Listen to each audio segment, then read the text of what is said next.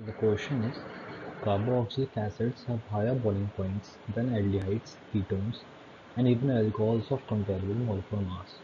It is due to their formation of intramolecular H bonding. Second is formation of intermolecular H bonding.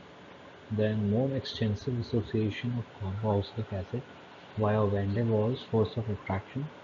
Fourth is formation of carboxylic ion.